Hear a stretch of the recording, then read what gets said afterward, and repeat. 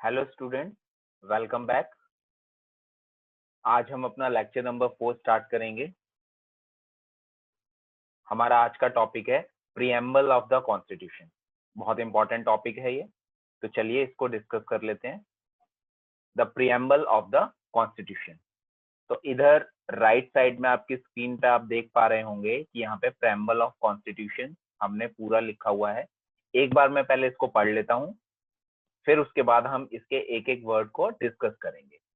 We, the people of India, having solemnly resolved to constitute India into a sovereign, socialist, secular, democratic republic, and to secure to all its citizens justice, liberty, equality, fraternity in our Constituent Assembly, this 26th day of November 1949, do hereby adopt, enact, and give to ourselves this Constitution. तो चलिए हम इसको discuss कर लेते हैं। ये जो हमारा प्रीएम्बल है कॉन्स्टिट्यूशन के अंदर, ये एक इंट्रोडक्टरी स्टेटमेंट है। ये हमारे कॉन्स्टिट्यूशन की फिलॉसफी को बताता है, ये हमारे कॉन्स्टिट्यूशन के ऑब्जेक्टिव्स को बताता है। और ये जो कॉन्स्टिट्यूशन के अंदर प्रीएम्बल है, ये जब हमारा क्या कहते हैं कॉन्स्टिट्यूशन लागू हुआ था, तभी से ये हमारे कॉन्स्टिट्यूशन के अंदर है। अब इसके जो डिफरेंट टर्म्स हैं उनको हम लोग समझने की कोशिश करेंगे। ये एक्चुअल में क्या बताता है, ये इंटेंशंस बताता है इसके फ्रेमर्स की। मीन्स ये जो प्रीएम्बल है ना, ये प्रीएम्बल के अंदर जितना भी एक तरह से मैं बोलूं कि समरी दी गई है, और जिन्होंने इसको हमारे कॉन्स्टिट्यूशन को ड्राफ्ट किया, उनके इंटेंशंस को बताता है कि वो कैसा इंडिया चाहते हैं। And the core values and principles of the nation. और ये जो हमारा प्रीएम्बल है, ये हमारे नेशन के प्रिंसिपल्स और कोर वैल्यूज को भी डिफाइन करता है। तो अगर मैं इसके टर्म्स या इसके डिफरेंट वर्ड्स की बात करूं, तो आप इसको कैसे लर्न कर सकते हैं उसका मैं बहुत इजी तरीका बता रहा हूं। सोवरेन के लिए आप लोग याद रखिए सब, सोशलिस्ट के लिए SO, सेकुलर के लिए SE मतलब से, ठीक है। डेमोक्रेटिक और रिपब्लिक के लिए डॉक्टर, DR से डॉक्टर होता है ना। और उसके बाद आप याद करिए ज़ेलेफ। क्या याद रखेंगे? ज़ेलेफ। तो आप इसको ऐसे याद कर सकते हैं, सब सो से, बहुत सिंपल है, सब सो से डॉक्टर ज़ेलेफ, JLEF। तो आपको ये सारे वर्ड जो हैं याद हो जाएंगे। सब सो से डॉक्टर ज़ेलेफ, ZLEF। तो चलिए इन वर्ड्स को हम लोग वन बाय वन डिस्कस कर लेते हैं। पहला जो इसमें टर्म है, we the people of India. We the people of India जो है इंडियन सिटीजन्स के लिए यूज किया गया है। और उसमें एक तरह से ये बताया गया है, क्योंकि ये हम पीछे डिस्कस कर चुके हैं, ये कॉन्स्टिट्यूशन पूरी तरह से सेल्फ मेड है, हमारे लोगों द्वारा ही बनाया गया है, इसीलिए ये हमने टर्म अपने लिए ही यूज करी है। We the people of India having solemnly resolve, इसका मतलब ये हुआ, सोलेमनली रिजॉल्व का मतलब हुआ एक तरह से कि हम कसम खाते हैं, है ना। टू कॉन्स्टिट्यूट इंडिया, हम अपने इंडिया को कैसा बनाएंगे? Sovereign, socialist, secular, democratic Republic. और हम अपने सिटीजन्स को किस किस चीजों के लिए सिक्योर करेंगे?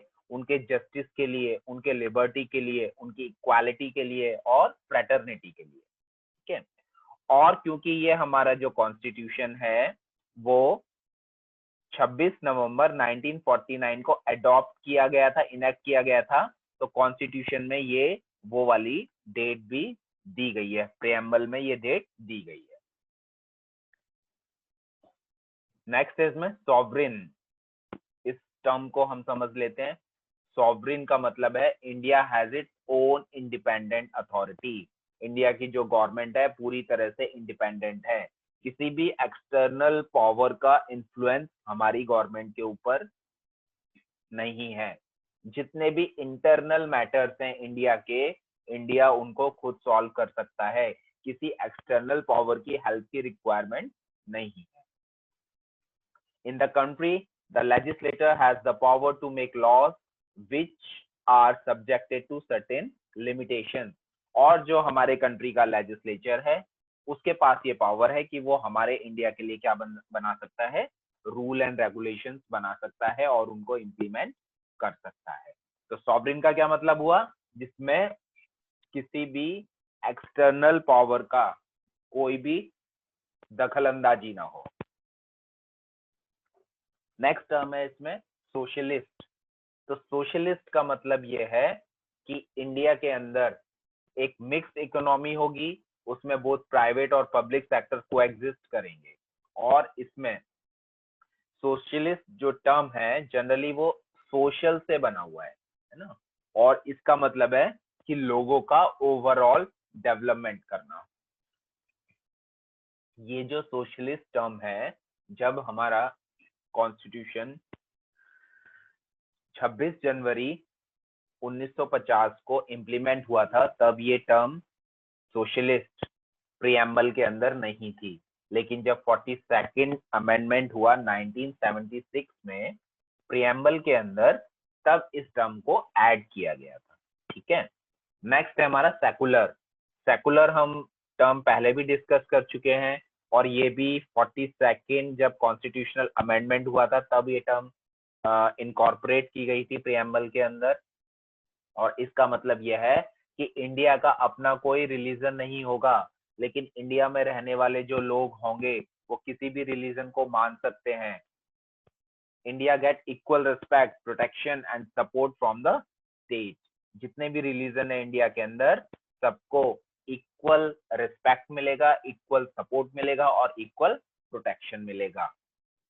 नेक्स्ट है डेमोक्रेटिक।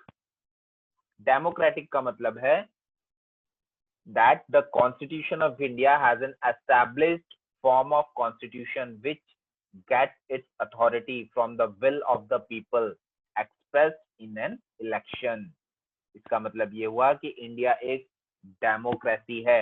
डेमो का मतलब होता है पीपल, मींस जो इंडियन सिटीजन्स हैं वो इलेक्शन के थ्रू अपनी गवर्नमेंट को चूज कर सकते हैं, डायरेक्टली या इनडायरेक्टली। तो जो हमारे हेड होते हैं वो प्रेसिडेंट होते हैं, तो उनको हम क्या करते हैं, इनडायरेक्टली चूज करते हैं। नेक्स्ट है term Republic. Head of the state is elected by the people.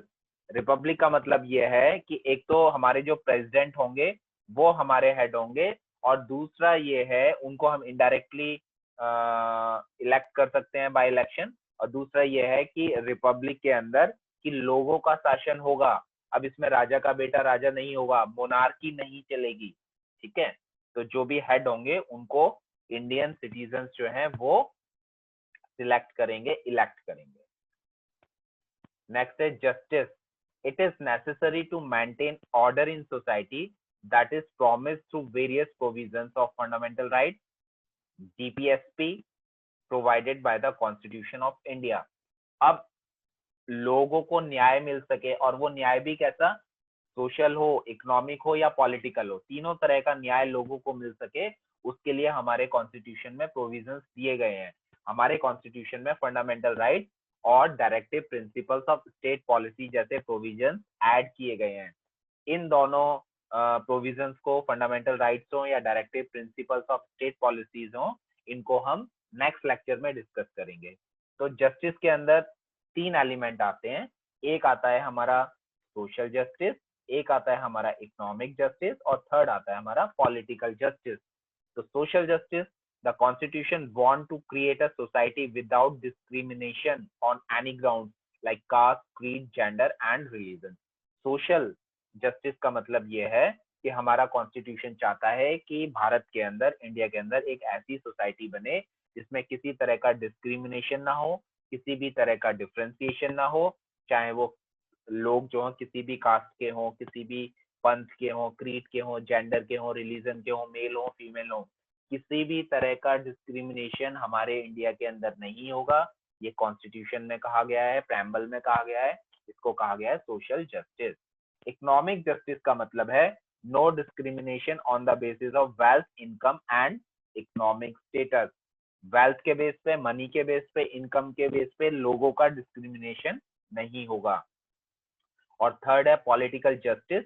Political justice का मतलब ये है कि लोगों के पास इक्वल, फ्री और फेयर राइट्स होंगे without any discrimination to participate in political opportunities.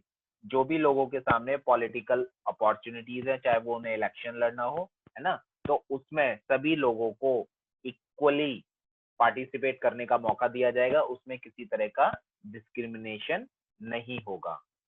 Next term है इसमें हमारा equality. Equality means no section has any special privilege and all the people have given equal opportunities for everything।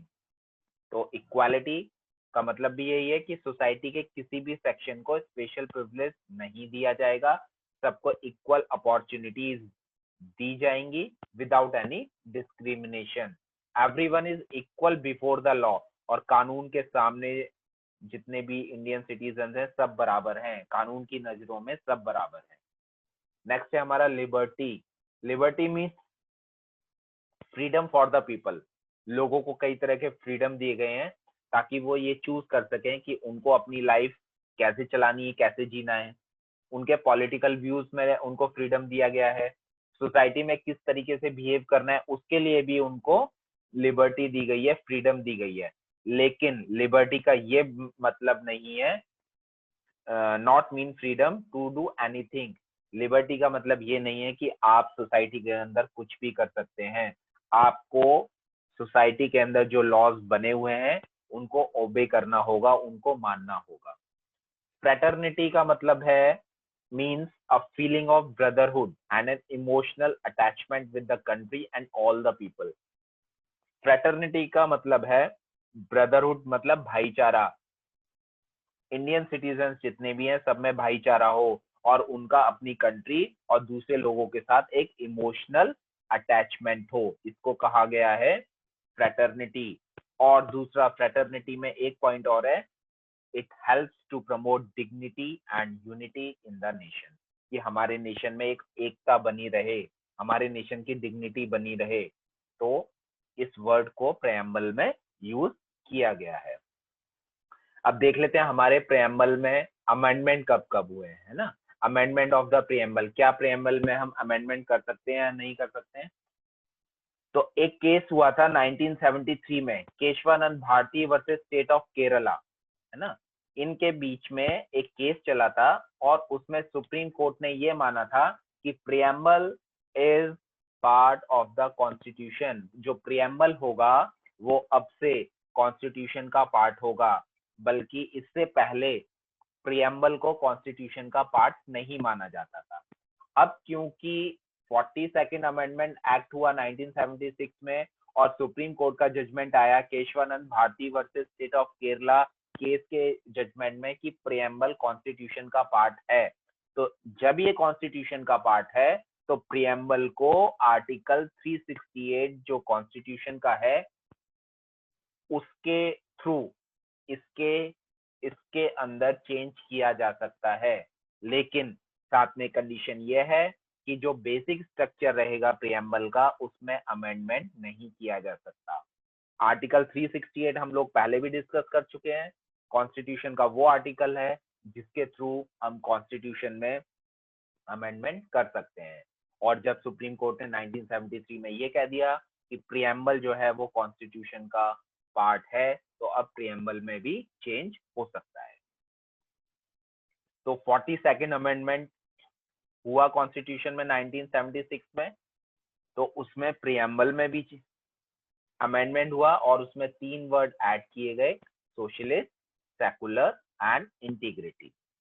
तो preamble में एक ही बार change हुआ है, 1976 में हुआ है, 42nd अमेंडमेंट के थ्रू हुआ है और उसमें 3 नए वर्ड यूज किए गए, ऐड किए गए, इनकॉर्पोरेट किए गए, सोशलिस्ट, सेकुलर एंड इंटीग्रिटी। तो प्रियम्बल जो है एग्जाम पॉइंट ऑफ व्यू से बहुत इंपॉर्टेंट टॉपिक है। आप इसको अच्छे से पढ़ें, इसको रिवाइज करें, वीडियो को 1-2 बार और देखें, ठीक है।